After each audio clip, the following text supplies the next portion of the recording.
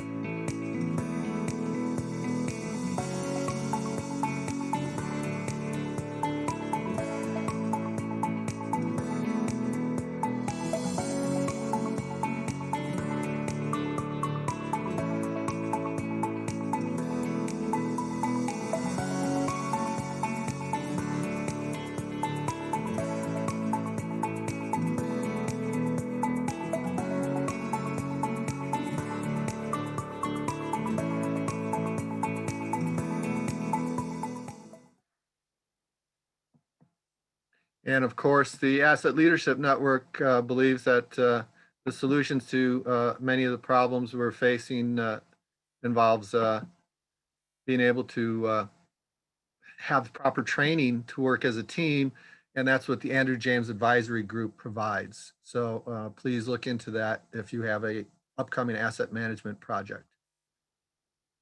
So our technical director, Nick Kanoki does a great job putting together these podcasts. If that's the way you like to see things and review them, please seek that out. They're free. And we're going to do a little bit a different presentation format this time. Because we have so many excellent senior fellows, I had to figure out a way to allow them to make their major statements. I'm going to ask them a few questions at the end for just a minute, and then we're going to move on to the next. And if everything goes right, we'll have 15 minutes of discussion before we hit the hour, and then we'll open things up and have more discussion. So here are the numerous, these are just some of the senior fellows, the ones we were able to schedule for today. And let me go through what they're going to be addressing. Jack Kelly's going to be starting it off on federal government policy. Then Tacoma Zach will be talking about water and wastewater. Marty Rowland has developed an ASTM standard that helps bring together multiple standards and allows municipalities to address complex issues of which assets to send resources to. And then Art Kurland is going to be talking about his experience at the university health system, where he was able to not only get ISO 55000 certification for their personal property, but just last year they were recertified. Mike Imany is be talking about federal facilities. Not only is he an ALN Senior Fellow, he is the chair of a National Academy of Sciences Federal Facility Council report that's coming out in this year. And that report is going to have a lot of the solutions to issues that we are facing. And then Rich Culbertson has an incredible story about utilities that he has been building up over time. And we'll get a whole presentation on that, but you'll get just a highlight from Rich today. So, Jack Kelly, if you could unmute yourself. Thanks, Michael. So, as Mike said, I'm going to talk about federal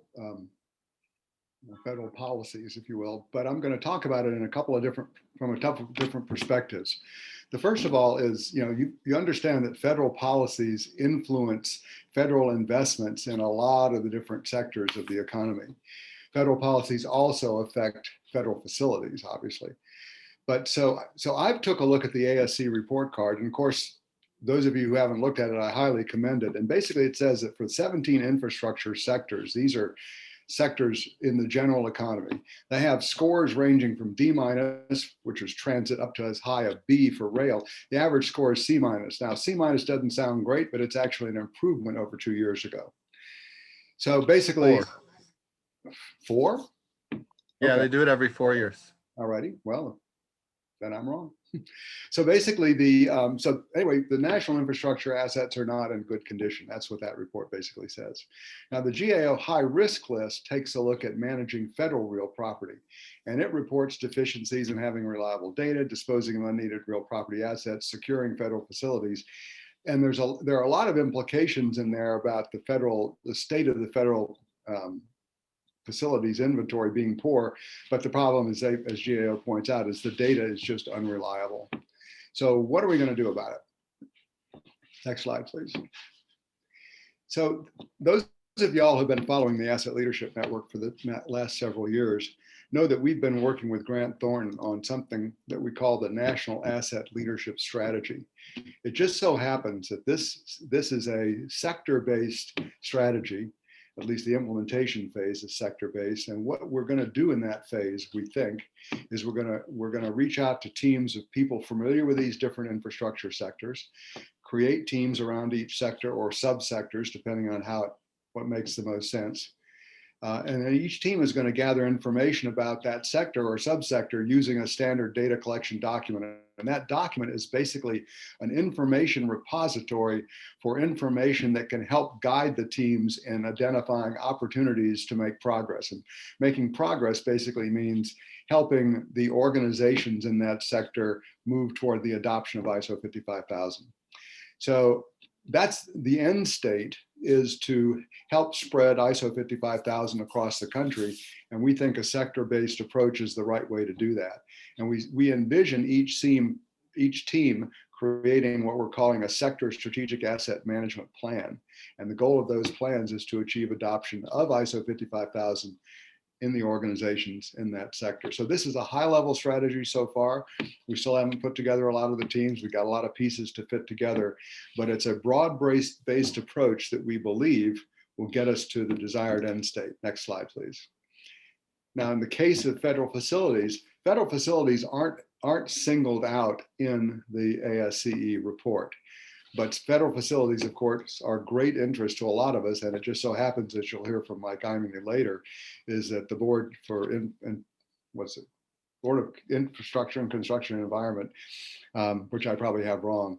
They have a no, that's right, committee on strategies for renewing federal facilities, and whatever those recommendations are, we're expecting that we'll have a federal focused team, federal facilities focused team that will help actually, work on implementing whatever the recommendations of that group are. And that could be legislation, it could be other federal policies that could help move the ball forward with regard to federal facilities. So that's basically at a high level how we're planning to try to make progress in all these different sectors.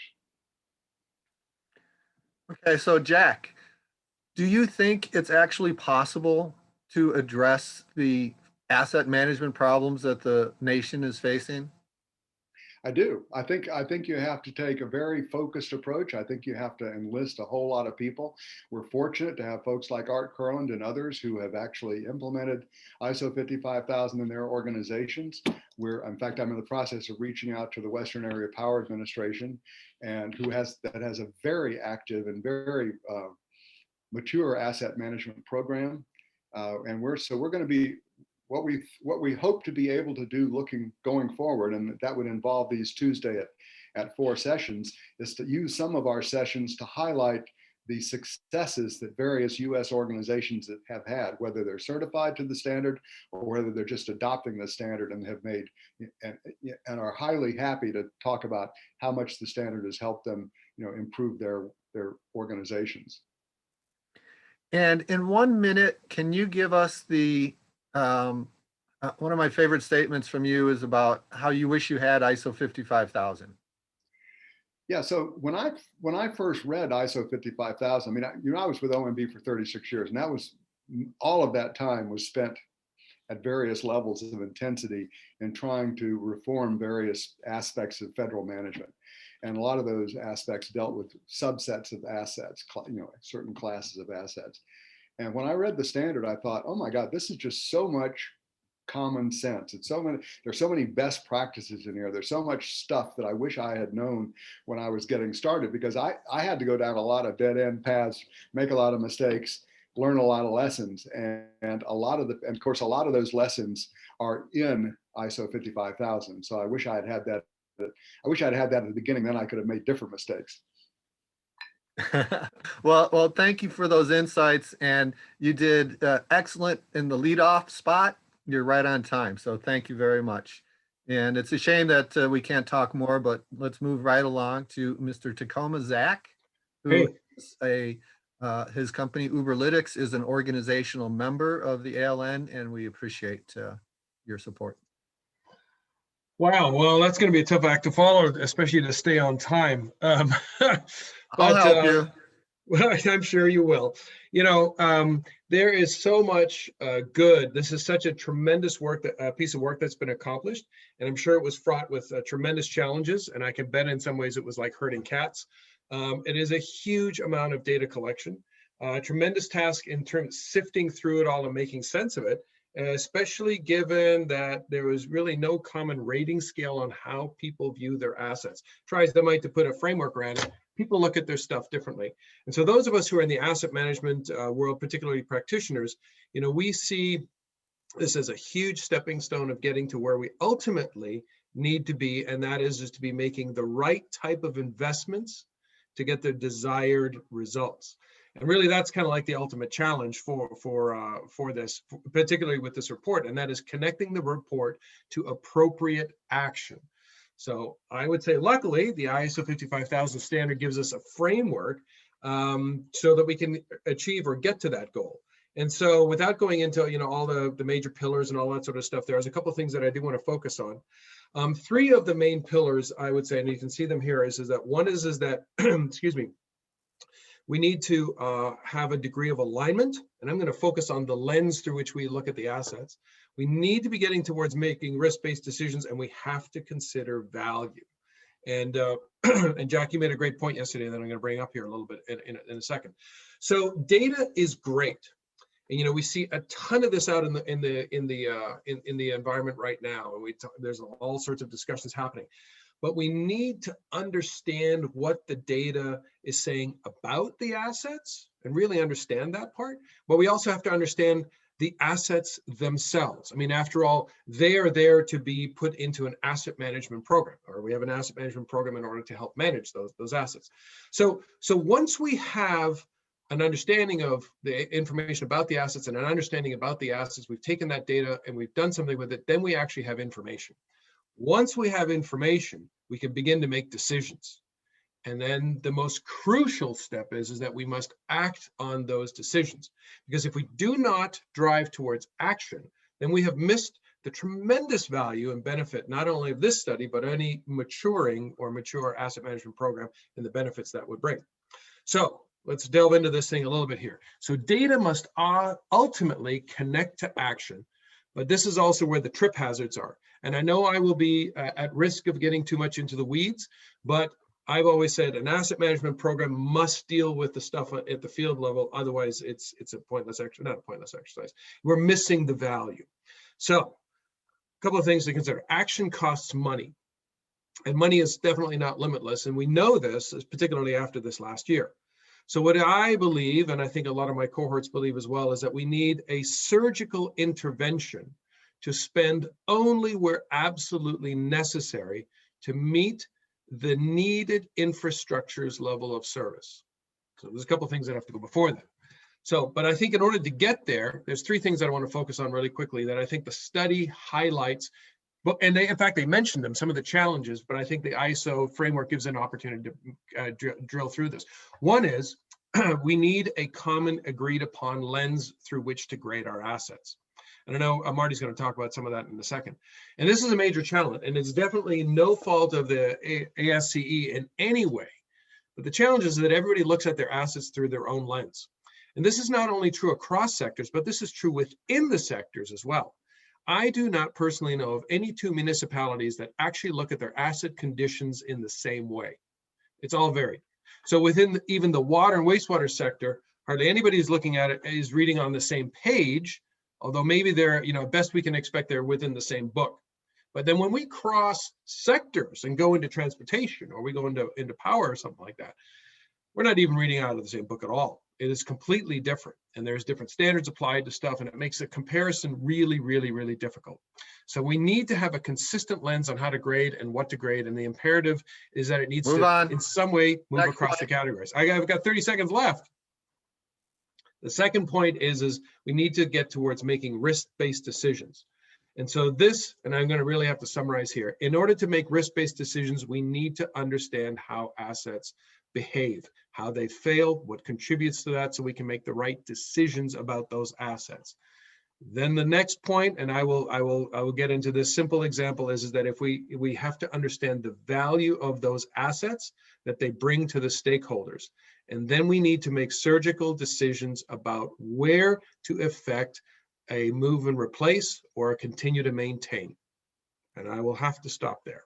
My question is, what else would you like to say, Tacoma? You got a minute. You got a minute to keep it going. I got a minute to keep it going. Well, let's break it down for a second. Let's break it down for a second. If we're going to make risk-based decisions, what do we need to know? We need to know how important or critical those assets are, and that's a value judgment, right? If and Jackie brought a great statement up. If I have a pristine bridge, it's in great condition, but nobody ever uses it, how valuable is that compared to, say, the Brooklyn Bridge, or compared to, say, the Golden Gate Bridge?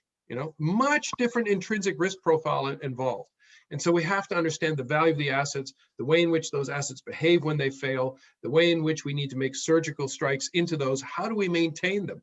An asset has value, but at the end of that value curve, it starts getting too expensive to own.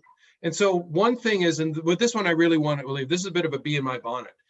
We tend to do this wholesale replacement stuff, right? Oh, I need a new set of tires. No, I'm just going to get a new car, right? So instead of, when we see these assets that are failing, instead of doing these huge island replacements, let's be surgical and let's do it where it's absolutely needed, because there's not an unending pool of money. The car analogy is always good because everybody understands cars. So thank you. So Marty brings a real interesting perspective. He's on the board of the Henry George School of Social Science. And Marty, don't get into that. Everyone is going to have their own ALN Senior Fellow webpage, and you'll be able to dive in deep on more of these things. So, okay. So just go ahead, Marty. Okay, well, appreciate the opportunity. What I'm going to do is kind of capitalize on what said before me and jump right into a problem that we've seen recently. And that was southern cities with freezing weather and their non-weatherized infrastructure, which brought some problems. What's happening is that they're paying a premium for their operation maintenance, what Tacoma was just talking about. Proper capital projects allow a proper service level. Now, what we've seen in some of these cities, an affluent exit from southern cities that collapsed land values and the tax base. So it gets to be a problem. You need all these activities. There's some cities that require $500 million to fix all their activities. But if you don't have the tax base, then it's, even if you get federal government to fill the bill, you're going to still run into those outages because you don't have the O&M problem. So one of the solutions to this problem on the municipal level is that ISO 55000 is the grand strategy for repairing what's not set up correctly. And it's so what we have is a suite of standards that looks at strategies to derive value from assets, coordination of to improve behaviors, to increase value, and involvement of relative stakeholders. Now, I capitalize on that and look at something a little bit more granular with the ASTM E3210 infrastructure management. And this is where we engage users, the citizens who are using the resources and such. So I think in this case, we're expanding by a large measure more stakeholders, because in cities, for example, you have up to 8-9 million people. So in the standard, you provide a framework for constructing an strategic asset management plan. So the standards kind of complement each other. And then the last one is ISO 37120, where you have a series of benchmarks, very excellent standard that suggests where you need to be. So you can do comparisons between cities. Now, when Tacoma was talking, I was thinking, nobody's mentioned the Suez Canal, billions of dollars that are being impacted because one ship got stuck. But that's just an example of proper asset management. Those are the highlights that I wanted to cover. I guess I could. I'll go to questions, because I think I'm representing a lot of people. I've been working with you for a couple years now, and I'm starting to get my mind around what you are doing. I believe you have a master's. Well, my PhD is in urban studies, and Yeah. Okay. So yeah. I am proud that it only took me 3 years to catch up to what you're talking about. Okay. And, this short presentation does a real good job of it, because the management standards that you're talking about are structured approaches to addressing problems. And by merging them and using, for example, so ISO 55001 5.2 requires involving all relevant stakeholders. I believe your ASTM E3210 3210 provides a framework for how to involve the stakeholders. Is that correct? Yeah, that's a good way of looking at it, because you got specific problems. Some are historic, some are cultural, like some of the ones that I mentioned.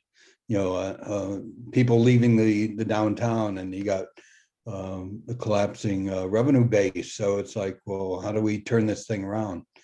So there's a lot of things that cities can do to maybe form sister city arrangements where you have a successful example of a port side city, or maybe interior city. How did they solve their problem? So that's how I see the standard being used, is once 3, 4, 5, 10 cities develop it, then it's like, well, you've got a certain performance. How did you get there? So then you would guide the stakeholders through these many complex issues in order to help them decide if they need to spend their money on wastewater or telecommunications. And it's through involvement of the stakeholders that those complex decisions are made. Yeah, and also to capitalize on what was said about creating value, one of the things that's not really appreciated too much is the circular nature of providing for these infrastructure services, which in turn increase the value of the land that the city is on, which increases the property values, which, you know, it's a circular virtuous circle. So. And that's we need to have a session with you on the Henry George approach, which you were just describing. So thank you very much, Marty. That was really good. Okay. So Art, I said earlier that you guided a hospital through ISO 55001. I didn't say it was the first hospital in the world to go through this. So continued congratulations for that. Thank you. And thank you for asking me to present. I just want to start with a couple of comments. So my experience is with personal property. And so I didn't really address any of the issues in the American Society of Civil Engineer because those just dealt with infrastructure, and that was just outside of my expertise. But I did look at the GAO High Risk Report of issues, and I picked out several issues that were related, I felt, to personal property, and also wondered why personal property really wasn't on their list of issues. I noticed that they did list the managing of federal real property, but not personal property. And I just found that curious, since the government's own, our government's own Census Bureau shows that there's almost just as much spending on personal property as there is on real property. But I guess that's an issue for another day. So looking at the high risk report, I saw there were some items again that I felt dealt with personal property, like managing and improving the VA healthcare, IT acquisitions, and VA acquisition management. So I thought I'd just pick those out. And also the ISO solutions, to me, if they could be ranked, I would say that leadership and planning would be, not that they're more important, but my feeling is that they're just so much more crucial in getting an ISO certification completed. And when I say leadership, I'm not talking about just a sponsor or a champion. You know, I was really blessed to be in an organization whose leadership is fully invested in good projects like the ISO 55001, because it is a long-term project, and it requires constant communication and constant updates to the senior leaders, because again, they're invested. And then the planning part of it, I felt too, was so important, because you kind of have to know, in my opinion, what the end game is. And so if any of you are familiar with Zig Ziglar, as a motivational speaker, and I remember distinctly when he had was talking about goals, and he had a story about an archer who was famous for being able to hit a bullseye, and he was so good that he could take a second arrow and split the first arrow with the bullseye again, with the first arrow. And then somebody challenged this archer to do it live, and the archer agreed because he was just so confident in his skills. And so, the archer could do this blindfolded, by the way. Oh, wow. So the audience member came out and put the blindfold on the archer, and then began to spin the archer around. And then the archer said, wait a minute, how am I supposed to hit the target if I don't know where it is?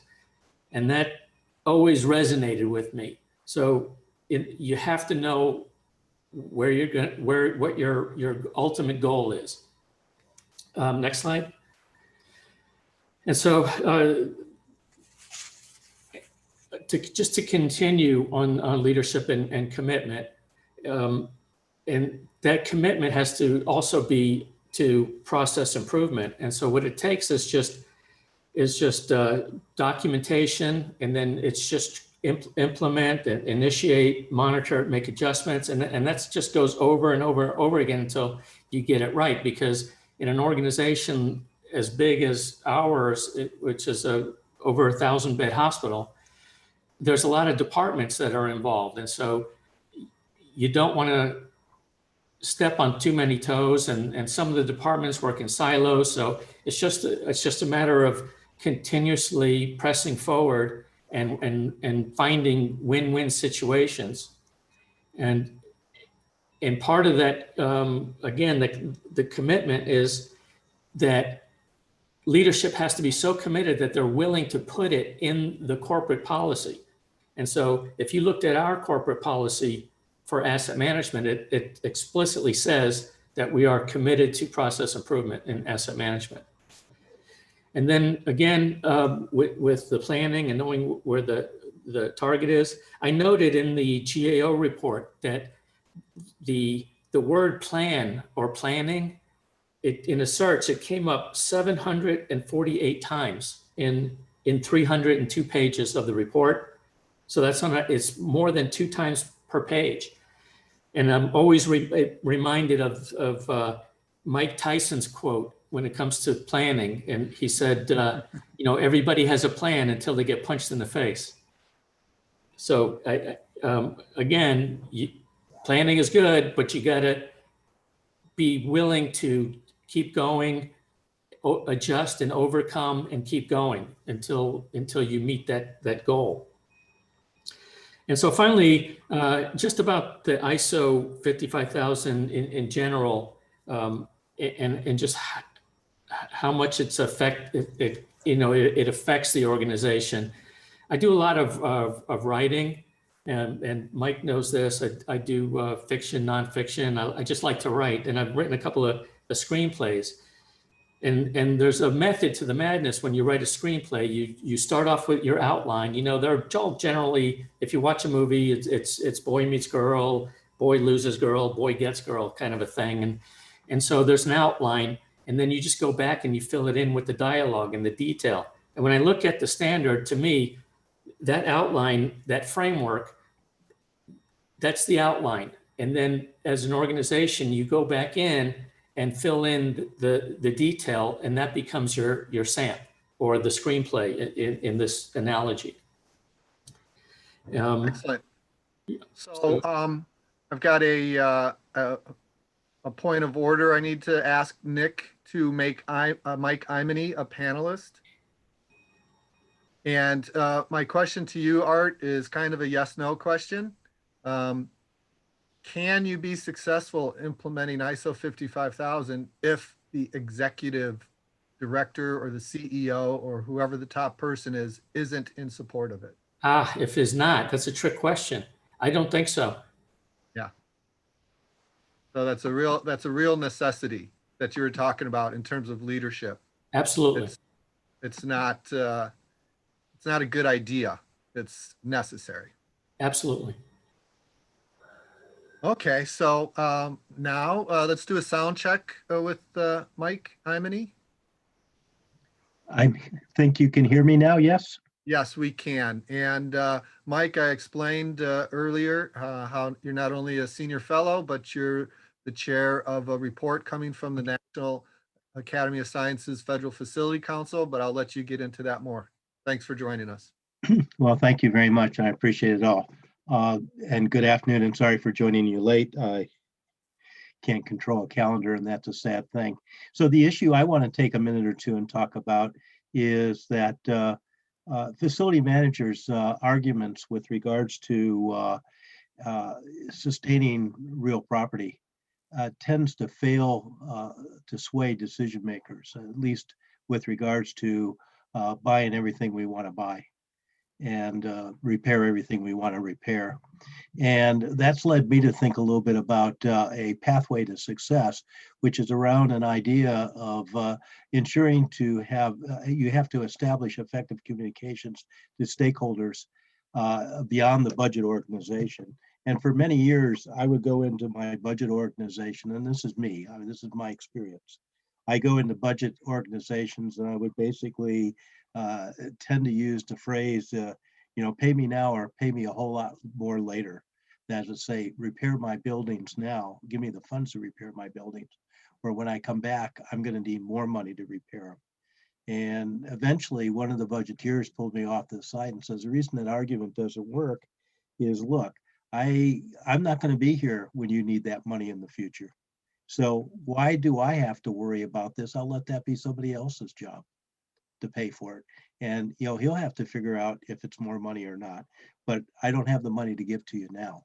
And that began a conversation for me about how do you really frame the compelling arguments, if you will, the compelling requirements and outcomes and risks in terms that the mission owners really understand. And I'll give you an example of that. Real world, there was a situation, one of the bases that I was an engineer working facilities management, where we ended up with an F-15 aircraft basically running along the pavement, and there were some drainage grates, and the F-15 actually broke the metal drainage grate because it had rusted and corroded. And I had been saying to my boss for at least 2 years, these grates are going to fail. Look how rusty they are, and et cetera, et cetera. But until the mission owner saw his F-15 with a wheel stuck into the grate, did it all become a experience to me that what I was failing to do was put the requirement in a form that the mission owner can relate to. Now you got to go a little bit further than that. I really want to suggest to you that if you're looking to find a pathway to success in effective communications, your storyline changes with each of the stakeholders that you have. But you've got to arm the storyline with all these different stakeholders and let them fight your budget fight with you. And then obviously bring your mission owners and their advocacy into the budget decisions. And so in a nutshell, that's kind of what I wanted to share as my pathway to success. And that is establishing effective communications. And in an asterisk on that, it's different to each of my stakeholders. To my engineering bosses, I needed to talk about metal degradation and corrosion rates, failure modes, and details. With my mission owner, I needed to relate to what would happen to his mission, his or her mission. So that's all I have there. And obviously, I believe the GAO risk report, the ASCE's infrastructure report card all relate and speak to that. And if you're really looking for a good chapter on how to effectively communicate the facility story, go take a look at the National Academy study from 2012 called Predicting Outcomes in Investment.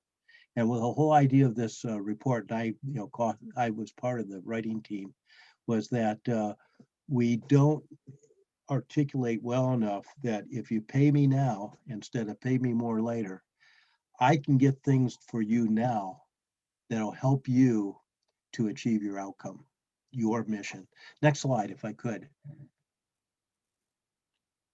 Ryan, for some Or do I reason do it is stuck. Oh, okay. There we Well, to the next slide. So the 2012 study that was done by the National Academies predicting outcome has been followed up with a report that's on the strategies for the renewal of federal facilities. That is to say, the Academy is looking beyond just the maintenance and repair and beginning to look at the capital improvements arguments and strategies to be able to fund renewal. Renewal to the writing team, and I chaired this particular committee. On the 2012 report, I was a writer. In this one, I had the opportunity to lead it. was to actually, we tried to define renewal as more than just facility replacement or modernization. This was take facilities that may have a new purpose and repurpose them and the like. And while the report is still going through review, so I can't share it, I can share with you the public statement of task and the reference there. And so the reports, the committee's finished its work. The peer review has reviewed it and provided comments, and the committee has absorbed those comments and incorporated them into the report. And as I understand it, the report's going through final editing and post-production, whatever has to happen to it to make it look pretty. So hopefully sometime it'll be published this year. With that, Mike, back to you. Thank you for the opportunity, and sorry for coming in late. Oh, no problem. You slipped right in. If you hadn't said anything, nobody would have noticed. So we appreciate you adding on to your schedule to do this. And I think it is okay for me to say that the National Academy's director for the Federal Facility Council has said that after the National Academy's Federal Facility Council does its public release, there's a typical way that they present their material, that they're willing to have a series of webinars that go into detail on the different sections of the report that you're coming out with. So we can look forward to that. And I also like to note that the report that you published in 2012 basically is part of a series where every 7 to 10 years, the National Academy's Federal Facility Council creates a report that changes the way federal facilities are viewed. And we appreciate your work in doing that for this current year. And we think that the report, when it comes out, will have many solutions. So we look forward to that. Mike, we'll save questions for the very end because I want to get to Rich and Mr. Culbertson, board member. And, oh, what did I do? I put it in the wrong order. Rich, sorry, I'm going to go backwards. This is where we start. Take it away, Rich. Are you on mute? Am I now? We can hear you now, yes. Wonderful. Well, I guess I'm last, so I guess that I have a big responsibility. One of the things that a lot of times we live asset management. I guess I've lived asset management for most of my life. But at the same time, I think, when we look at this, the last two weeks, we've had some of the GAO reports. Then we had the infrastructure report, from American Society of Civil Engineers. Now, that particular report showed the current state of transparent type data of kind of where we are, which kind of showed what we need to be, where we need to go, and the current condition, so that eventually funding is available to, in fact, support that vital infrastructure, and also to prioritize that amount of money. Now, one of the things that American Society of Civil Engineers are doing, as well as ALN is trying to do, is also try to influence how that works within Congress, so that eventually whatever rules come out, that they do reflect proper asset management requirements. We'll see where that goes. The other came out with the GAO High Risk Report. Now, Amelia, when she spoke about that, and the others, is that talked about frameworks and the importance of looking at things with certain frameworks. And that's also very important, because when we take frameworks, that gives that frame of reference of how to look at things. When you use the frameworks, you should be able to determine whether things are in bounds or out of bounds. And so knowing those frameworks is vitally important. When I look at some of the frameworks, and I basically come from a financial contracts background as well as asset management, I go from what is in fact is required. Right now, what's required is like the GAO Green Book, as well as the COSTO standards of internal controls. And when we say internal controls, we're talking about the framework of effective, efficient operations, reliable reporting, and compliance with laws, regulations, as well as the protection or safeguarding of assets. Those things must be understood. Part of that, for example, the GAO Green Book, as well as the CASO standards, talks about management. And it's management who, in fact, sets the tone at the top. So these are required already. So when you go from the required to the things that somebody said, well, they're not necessarily required, but we must use, particularly ISO 55000, it makes ISO 55000, which stands on top of the GAO Yellow Book and the GAO Green Book, it makes it more palatable to management and everybody else, because you can't manage things effectively and efficiently unless you have a guidebook of how to do that. ISO 55000 provides that. It provides it in many forms, and individuals and organizations and industries can use various parts of that to their best benefit. Some things may be applicable, other things may not be applicable. What is applicable is the overall concept within ISO 55000, and that is the value of assets. And again, that value can come in many forms, whether it be dollars, or whether it be customer satisfaction, whether it be safety or aesthetics. But again, that whole thing applies to all organizations. So it depends upon the framework of which is being used for particular assets. And we shouldn't be using one size fits all. First of all, I do agree with all the prior speakers. Right on, hitting all those major points. And some of this may be redundant, but the fact is, truth is redundant. One thing we also need to be careful of, particularly if there's going to be like a $3 trillion spending, is that the builders and the oversight folks need to have strategic plans that incorporate the internal controls. They need to know all those requirements and build those into their operations prior to start building. Along with that is the concept of due process.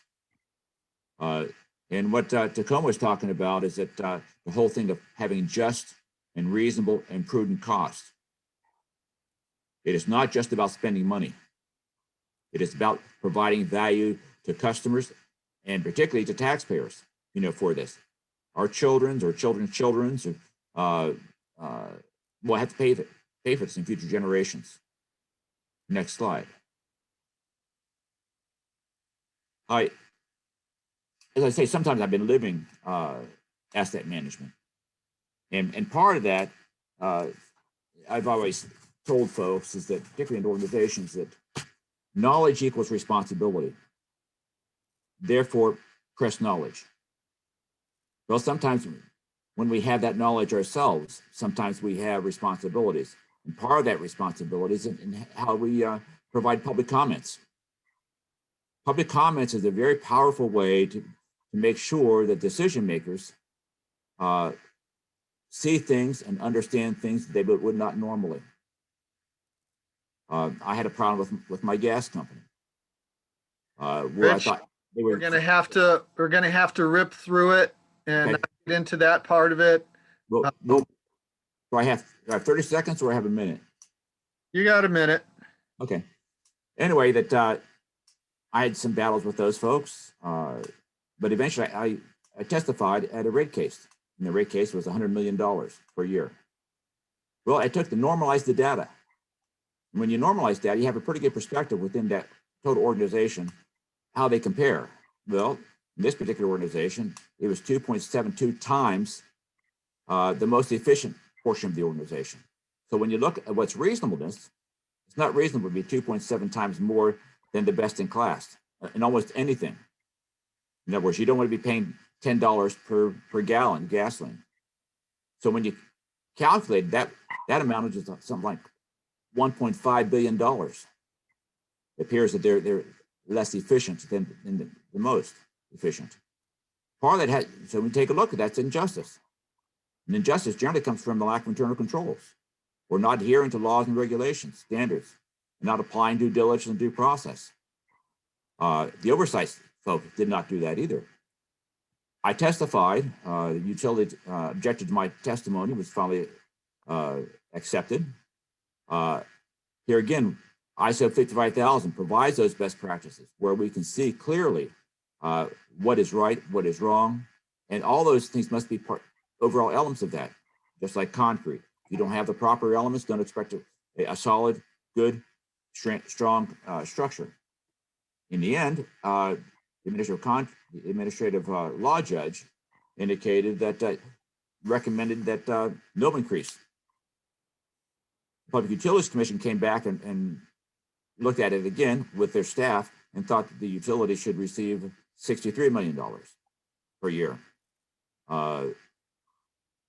It was contested by the public advocate, and now the PUC is reconsidering that. We don't know where that's going to go, but I wouldn't want to be in their position. So stay tuned how this develops. So, Rich, instead of asking you a question, I'm going to provide a summary because it's been my privilege to be working with you on what you're doing here and how to present it. And basically, Rich he was the only person in a public hearing. There were 17 lawyers against him. They were trying to break him down. And he said, no, if you were using ISO 55000, perhaps you would not need the rate increase. How do we know that you need more money when you're not even using best practices and you're not following federal regulations, which include OMB 119 that says if there are public standards, consensus standards, you have to use them. So this is not only something that can be used for Columbia Gas, but this is an approach that we can bring to every organization that gets federal funds. So thank you, Rich, for taking a lead on that. And I would like any of the panelists to ask Rich a question if you have a question for Rich. And then after Rich answers that question, let's just talk amongst yourselves. And anybody have I don't have a question. I just wanted to say those poor lawyers, because they went up against the most encyclopedic knowledge-based guy that I've ever met on these standards. So poor those guys. Well, Right. I think I copied some of your stuff too, that your observation a little earlier, that people would sometimes replace the car when they only have to repair the tire. And that's what these guys got involved in. You know, things like accelerating replacement of things that were still suitable for use. Things like taking somebody else's property and replacing and capitalizing it as their own. I mean, some really dumb things that existed here. Yep. So we look forward to this as a case study to show other organizations, not just utilities, not just energy utilities, but water utility, any organization that gets federal funding. I think this Rich's story, I think, is emblematic of something, which I think is sometimes we lose sight of, and that's people's personal responsibility. So Rich took it on himself to say, hey, something's gone wrong. There was an actor that was behaving inappropriately, and unfortunately, nobody else seemed to want to show up. It's just it's a case of accountability. I guess, some people or some organizations feel that they can go ahead and do whatever they want, but it's a case of accountability. And it's just really cool that when you think about it, if there's a standard out there that exists, if there's some regs out there that exist, and there's a public forum that's offered, hold them to account, make them prove it. And I think that's the other thing that goes across in my experience, at least as an asset owner in the past, is that there needs to be a defensible case made for if you are going to spend money on a capital project. That has to be a defensible case. Got to pass the red face test, the sniff test, whatever we want to call it, and it needs to be justified. There might be discussion on a few minutiae, but the general tenor and the larger story in the context of what that you're dealing in needs to be defensible. And I think if numbers, we all know the phrase, statistics. What is it? Lies, damn lies, and statistics. That's the phrase, right? So people can mess around with stats all they want. But when you're looking at things of how much things cost, how often things need to be maintained, what should be appropriate, the overall condition of things, that sort of stuff, accountability, make it open and transparent, and we'll probably be a lot better on, because it's easy to spend other people's money. We were honored to have Admiral Thad Allen speak at one of our events at the National Academies, and he said transparency of data breeds self-correcting behavior, which is why I'm really happy that we have Marty as part of our Senior Fellows, bringing in the social sciences into the equation, because as much as this is about assets, it's really about serving the people. And that requires a social science approach. Marty, can you elaborate on that? Yeah, I think it's very important. The case study that Richard just talked about is the responsibility that he took upon himself to go speak up.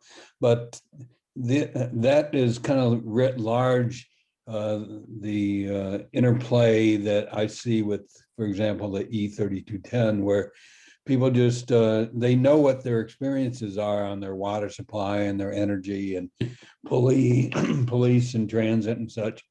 And so they're asked to say, we're paying all these taxes, and what are we getting from it? There needs to be more of those kind of apples and apples comparisons, and what can we all afford? I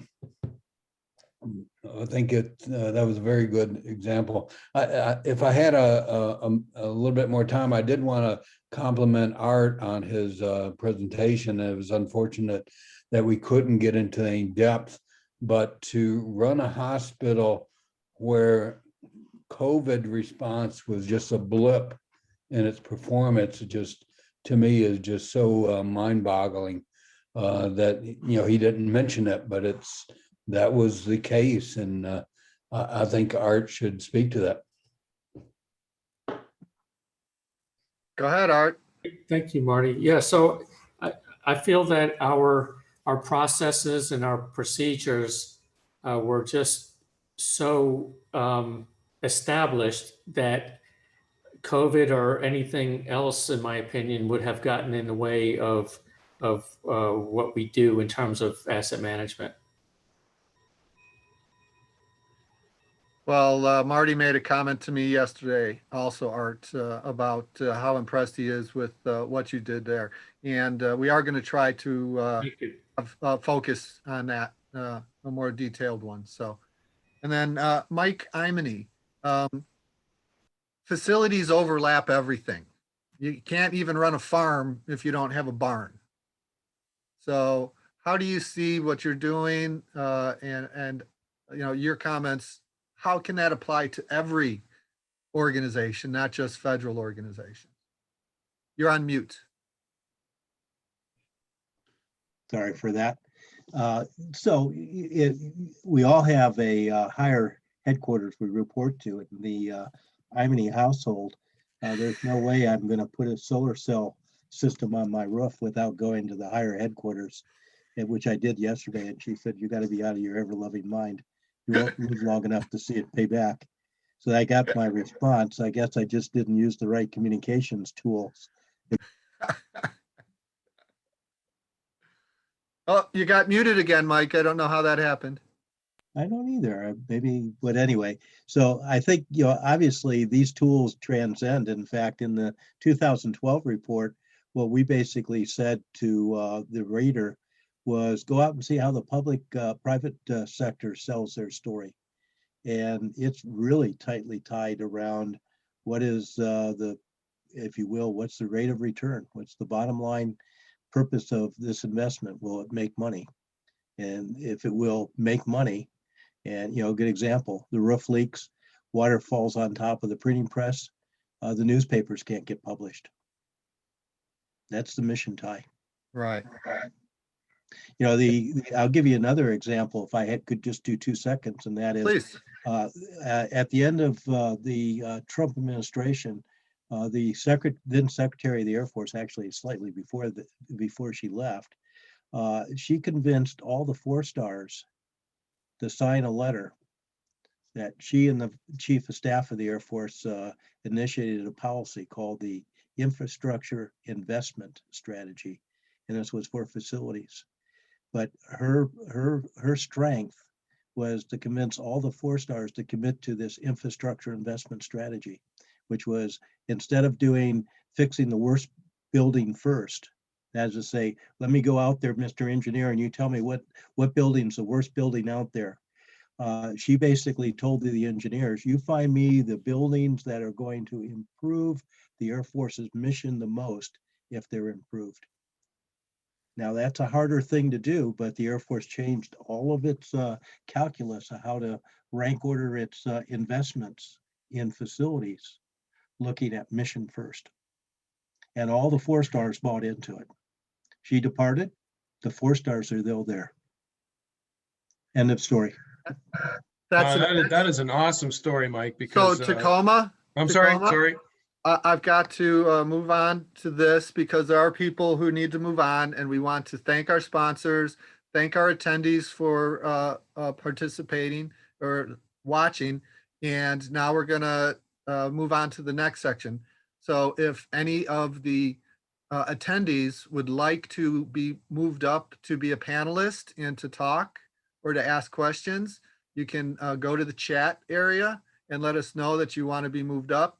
Otherwise, you can continue listening. And again, thank you to our sponsors and thank you to all the attendees. Thank you to all the senior fellows who took time to do this. We really appreciate it. So now, Tacoma, what were you saying? No, I just looking at that. I mean, that we used to do call it O&M contracts for various military facilities. But to hear, Mike, what you said about that change in perspective is, personally, I find it music to my ears, because just because it's busted doesn't mean it's got to be fixed. You have to look at overall what value do those assets or that collection of assets bring. And not only in one sense, there's a positive way to look at it. It says, if I improve on it, how much more mission security am I going to have?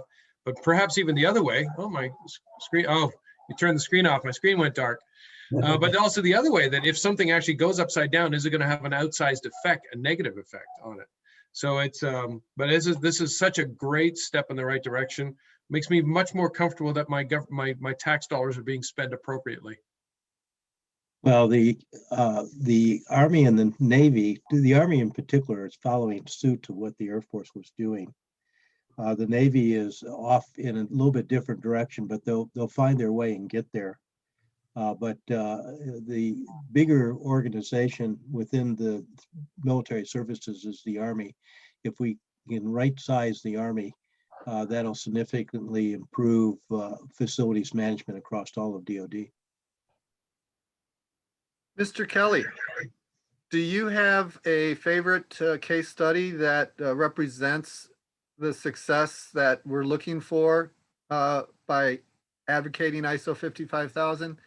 Because like you said, they're common sense. It's not like it was invented for ISO 55000, and many people have probably done many of the things on the ISO 55000 structured approach, but maybe not all of them. But I don't know if this falls into what you wanted me to talk about, but to me, so one of the things that's been heartening as you look within the federal government is, let me start at a different point. You got to remember, I come from an organization which sits in the executive office of president and thinks its job is to make up the rules that everybody else is supposed to follow. And that is its job, and it's not a job that we often did as well as we should have. But, and one of the reasons, well, I don't get into all the reasons, but the bottom line, in asset management policy, I think OMB has been, from my perspective, has been disappointing. They haven't really embraced asset management as envisioned in ISO 55000 yet. I keep hoping they might, but they have their own little silos that they exist in. So the case study that to me was the most heartening was realizing that within the federal government, we have a number of agencies. Air Force is a good example, Corps of Engineers Civil Works Program, the Western Area Power Administration. These are organizations that have been struggling in a very conscientious way to try to implement some of the asset management policies that OMB had put out. They were kind of, they said, do an asset management plan. Well, so some people actually thought, well, that sounds like a good idea. And if we do a good one, it should help us balance risk with the resources we have available and mission results, pull all that stuff together, there must be people out there who've done this already. And so they did on their own with nobody telling them, they did their own deep dive into the available literature, which back in like the mid 2000s, for example, was mainly the International Infrastructure Management Manual produced in Australia, later on PAS 55 produced in the UK, and then ultimately that evolved, PAS 55 evolved into ISO 55000. And so these folks went out there with nobody telling them. They found what international best practices are in the sense of the ISO standard, and they just started adopting it. And so the adoption has been different in different places. Typically, it started like in the Corps of Engineers with some people in an asset management office that learned about asset management as envisioned by the standard, and they started selling their higher managers on the value of it. In the Air Force, we have a guy that's the same situation. Norm's, I can't remember his last name now, but which embarrasses me. But he's, I mean, amazing. John Henderson. Well, John Henderson is one, but there's another guy too. Anyway, so what the Air Force has done, and it's the most impressive presentation I think I've ever seen. It's a presentation that basically uses a modeling technique to forecast the mission consequences of facilities investment decisions. Kind of to the point Mike was talking about. It's like, okay, so if we don't fix this in 5 years, we're going to compromise our ability to do the mission. And it's a very simple model. I mean, it's a complex model, but produces a simple picture. And the simple picture basically said, okay, if we keep doing things the way we've been doing, everything's going to fall apart too soon. And so what can we do differently?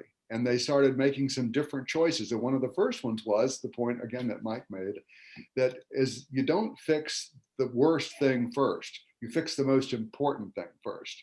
And so they made that link to mission and redeployed their investments based on that. And that had a very positive impact. It wasn't quite enough. They realized that they needed to actually increase the investment level in replenishing facilities, which was because they were below what the industry standard was. So they upped that investment strategy, and then they realized they still weren't quite where they needed to be. And so then they realized, well, we have this big drain on our spending caused by things we don't need anymore. So let's pay a lot more attention to getting rid of things that are just not contributing to mission, and they're just a drain on our resources. And so they created a different balance of investment strategies, getting rid of unneeded property, and they put that new picture together, and then it was better. It was more acceptable. I mean, things still go bad, but they go bad much further out in the future than they would have otherwise. And essentially, they were able to take this very powerful story to top management. And I think the consequence of that is what Mike reported. I mean, the Air Force said, okay, we need to change the way we've been making our investment strategies, and you've told us a story that compels us to do so. And that's what I hope other agencies can do as well. It was a huge investment on their part. It's a lot of smart people had to work together. It took them a long time, and they're still learning. And they have that continuous improvement attitude that's built into the standard, which I think is one of the most powerful aspects of the standard.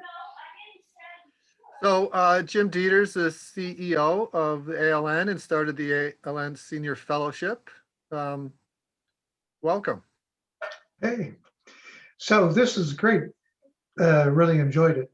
And it helped me to frame some impressions that I've had, especially over the last few months, and that we see just an incredible increase in things that are happening, documents coming out.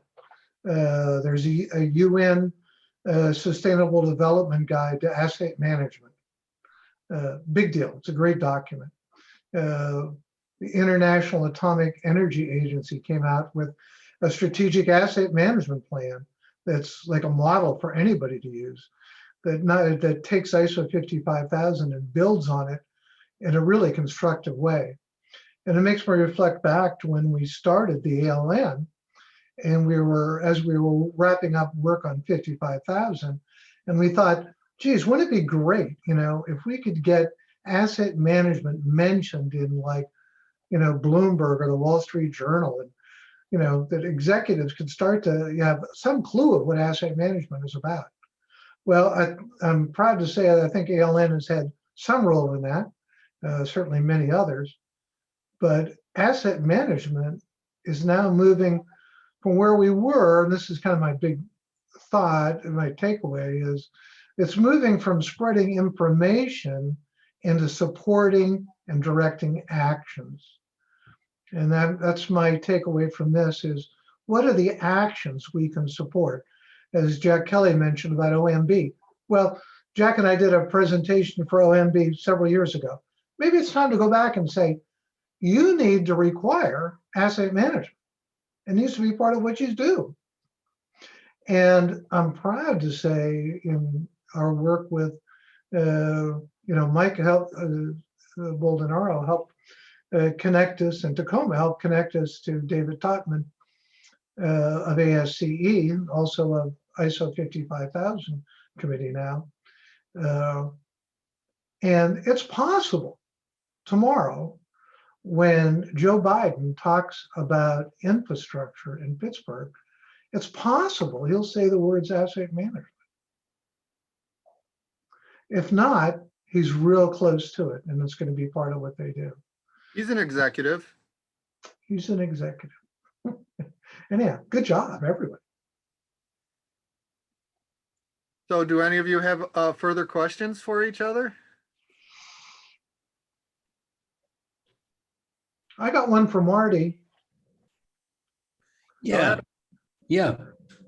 So now that the ASCE scorecard has come out again, which seems to me and is a very asset-centric view of infrastructure, how do you compare that and contrast it to your standard, and which is a much more people and service and outcome view of assets? Well, I guess the way I look at it is that ASCE and the report card gives a broad brush on just a statement on infrastructure in general. But when you get down to the granular level of what a city requires, and that's why I mentioned the example of the freezing temperatures in the south, and you got cities struggling otherwise, it's just a different animal. And talking about in the private sector, you look at profit, return on investment. Here you got in cities, you got things as complex as policing and transit and water supply, sewage, education, all these things that need to work. So it's a lot more complex than, let's say, let's get the widgets out the door. So the ASCE, I guess we should thank them for bringing the attention, but it's almost like the first wave of a battle where they've broken through the opposition. So now we need to do the various flanking maneuvers to make the success stick and make things improve.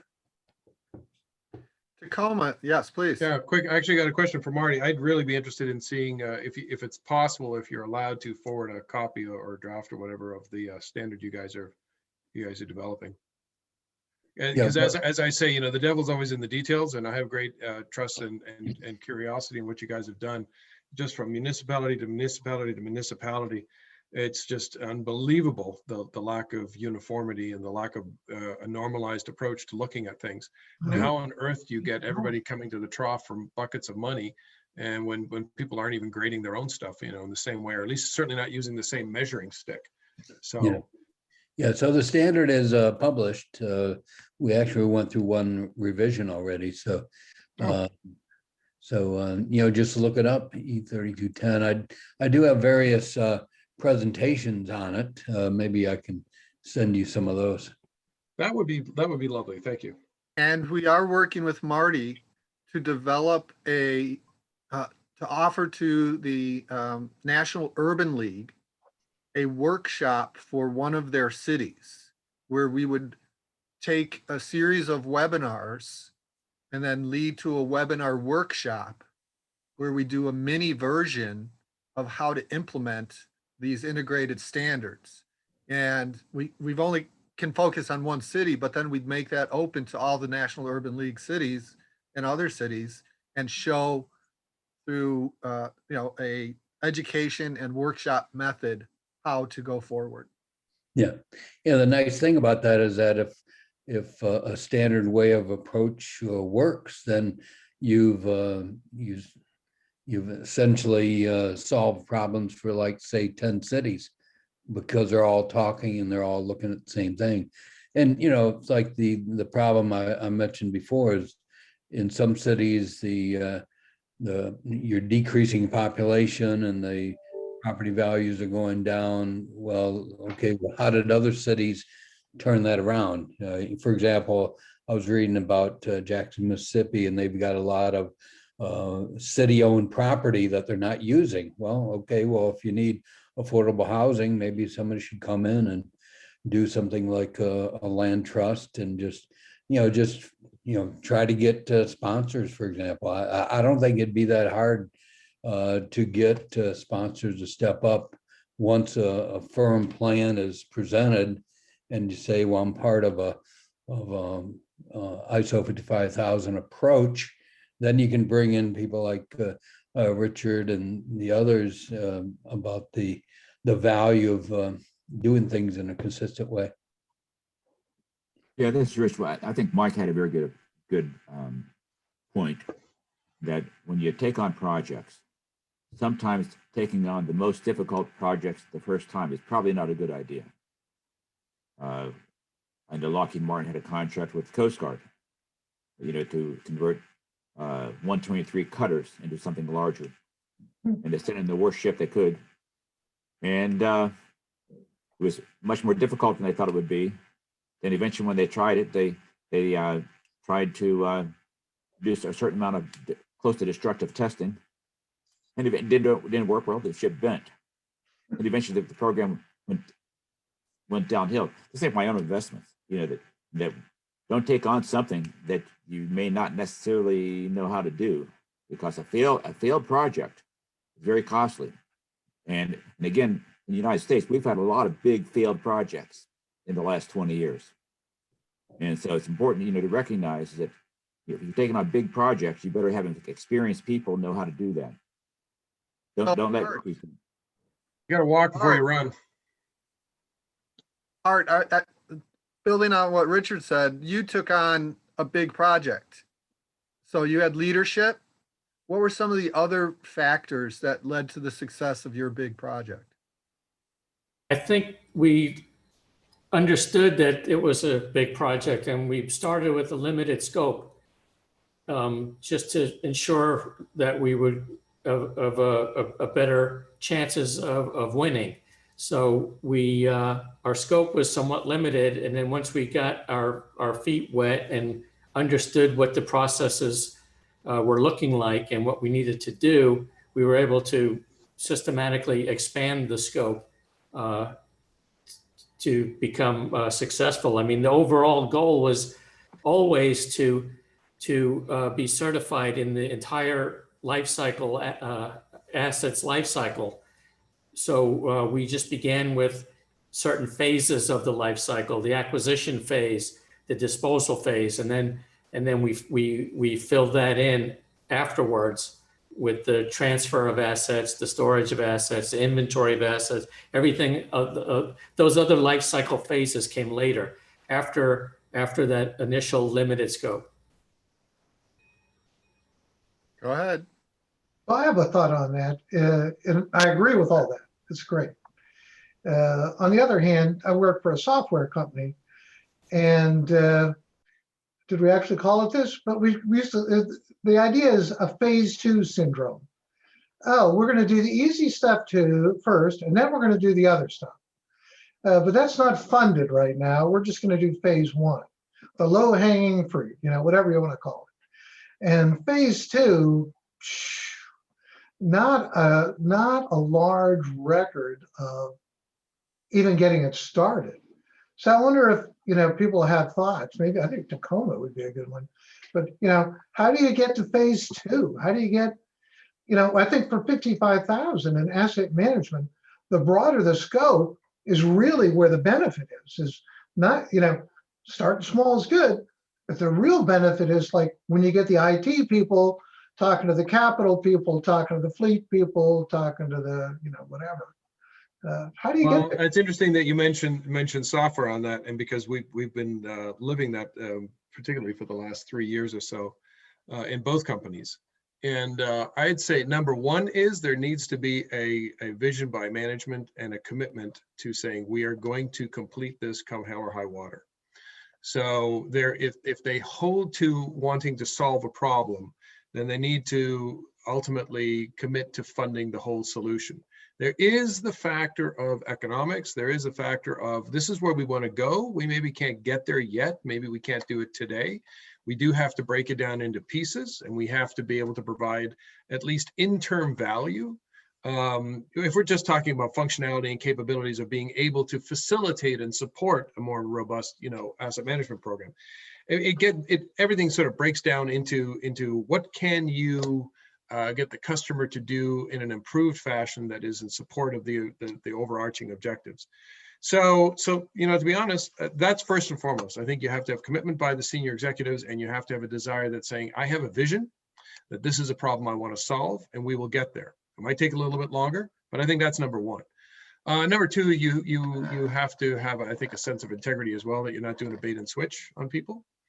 And number three is that you actually have to have sort of a plan on some reasonable plan on being able to scope and chart this out.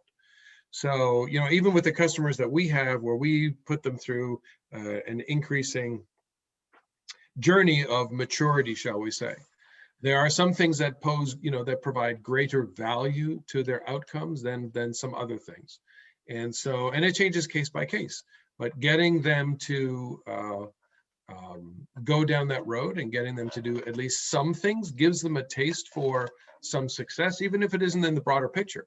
But ultimately, if that taste if that taste is good and it whets their appetite for a little bit more, then they'll, hopefully make a commitment to the next thing as well. A lot of the customers they have boards they've got to answer to. These are municipalities or cities, and they have to answer to boards. And so when they say, hey, we've given you this money for this stuff, what are we getting out of it? Unfortunately, sometimes it takes 2, 3, 4, 5 years to get that return on investment, because you've got to change a culture. You've got to go out there and start doing the right things. It takes time to start letting the assets last longer, provide greater value. And sometimes we have too short of a horizon, so I realize I've sort of moved out of the notion of software, but in the grand scheme of things, it's the asset portfolios that are providing the value to us, not only individually as a society, communities and society. So from that perspective, we have to take a slightly longer view to that. And even software development is designed in order to help bring about that, call it that vision for the future. So I can tell you guys honestly that we have been relentless and relentless in our pursuit of trying to build the best that we can out there, and the best, what we think best of breed. But you can't boil the ocean in one day, say that. Well, Yeah, Art, I did want to mention something about the that was brought up.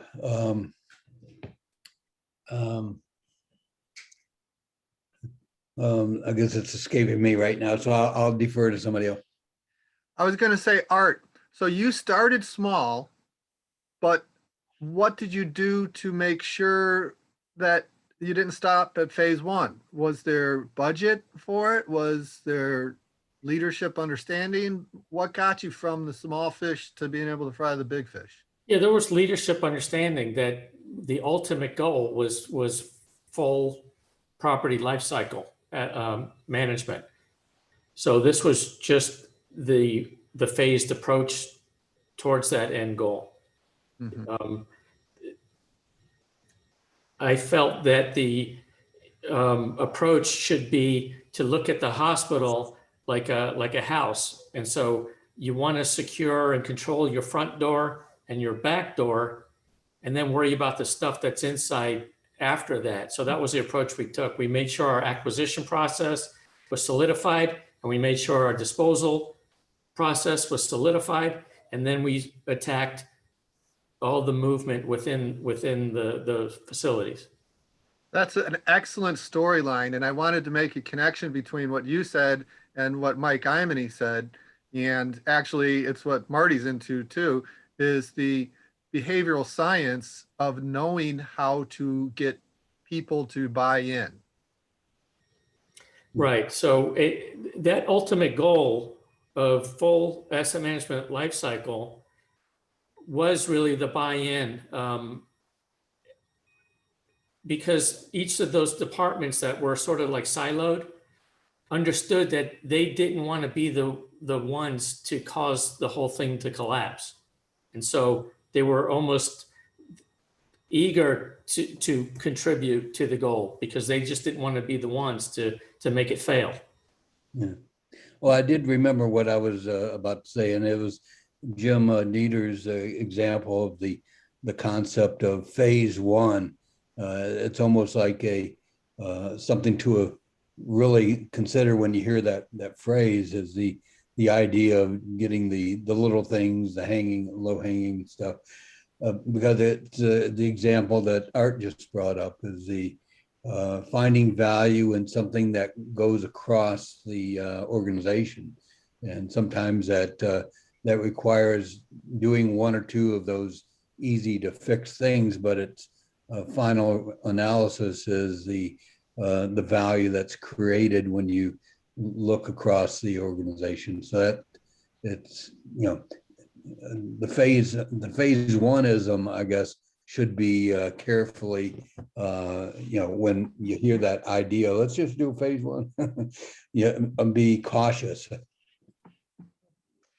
And I think there's a case to be made that from an ISO or management system perspective, whatever you're doing first, even though it's a small piece, is going to be more expensive to do because you have the big learning curve to get there than the things you do later.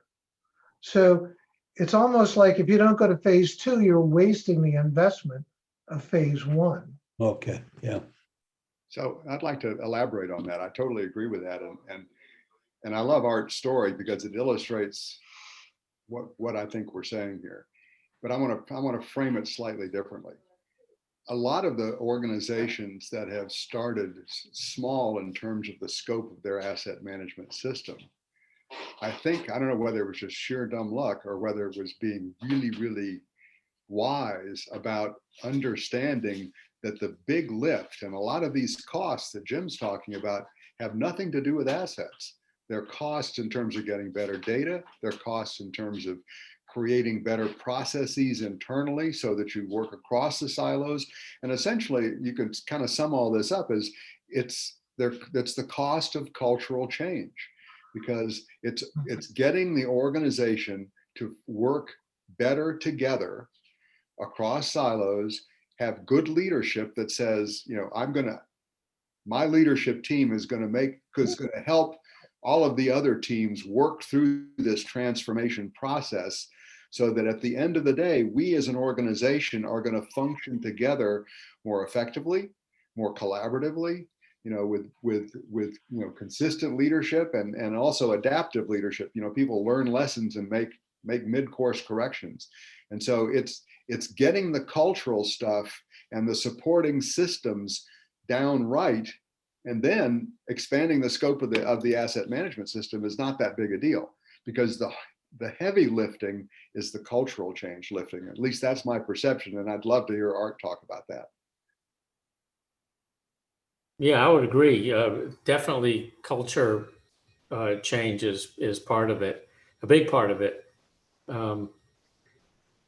Especially from my experience in a county-owned hospital where the leadership was in place for 20 years or more. It's kind of we've always done it this way attitude. And so when somebody comes in and suggests a better way, a lot of a lot of those people may become defensive and think that, you're in trespassing on in their territories. And so when you explain, what it is, because a lot of times they don't even know what asset management really is. So when you explain the benefits and things of that nature, the defenses begin to lower, and that culture change that you're talking about is part of it. And they understand that you could, like Helen Keller says, alone I could do a little, and together we could do a whole lot more. And so that kind of resonates as they see the benefits of everyone working together. And then too, over time, like Tacoma was saying, I mean, this is a long process. People leave and new people come in, and you explain what you're trying to do, and it makes sense. It just makes sense. So yeah, it's a big culture change. Can I piggyback on that for a second? Jack, you told a story that I thought for a second you were reading out of our playbook. And when you described the Air Force story, I don't know exactly when that was, but that was, and speaking right now to Art's thing about culture change, the company I worked for back in early 2000, they made the same decision that you described. They said, we're going to do asset management. We are going to pick the best of the best around the world. We introduced the International Infrastructure Maintenance Manual. We looked at Past 55. We cleared the decks. We said, this is what we're going to do. But we did it only in a region, not the rest of the country. What was a fascinating case study at the end of it was that there was a change in management. 15 years later, there was a change in the senior managers. An executive president had to report up to Paris still, but US president basically looked across the country and said, why is it that the West's contracts make more money, they're more stable, and you have fewer, this is cool, you have fewer NOVs, notices of violations, environmental breaches, because we're dealing with municipal infrastructure stuff, so no sewage in the lakes and no sewage in the streams. And it all boiled down to two factors. One factor is irrelevant to this conversation, but the other factor was because we had instituted, while not an ISO 55000 compliant, certified process, but we had looked at all the principles and the values that we could derive from it.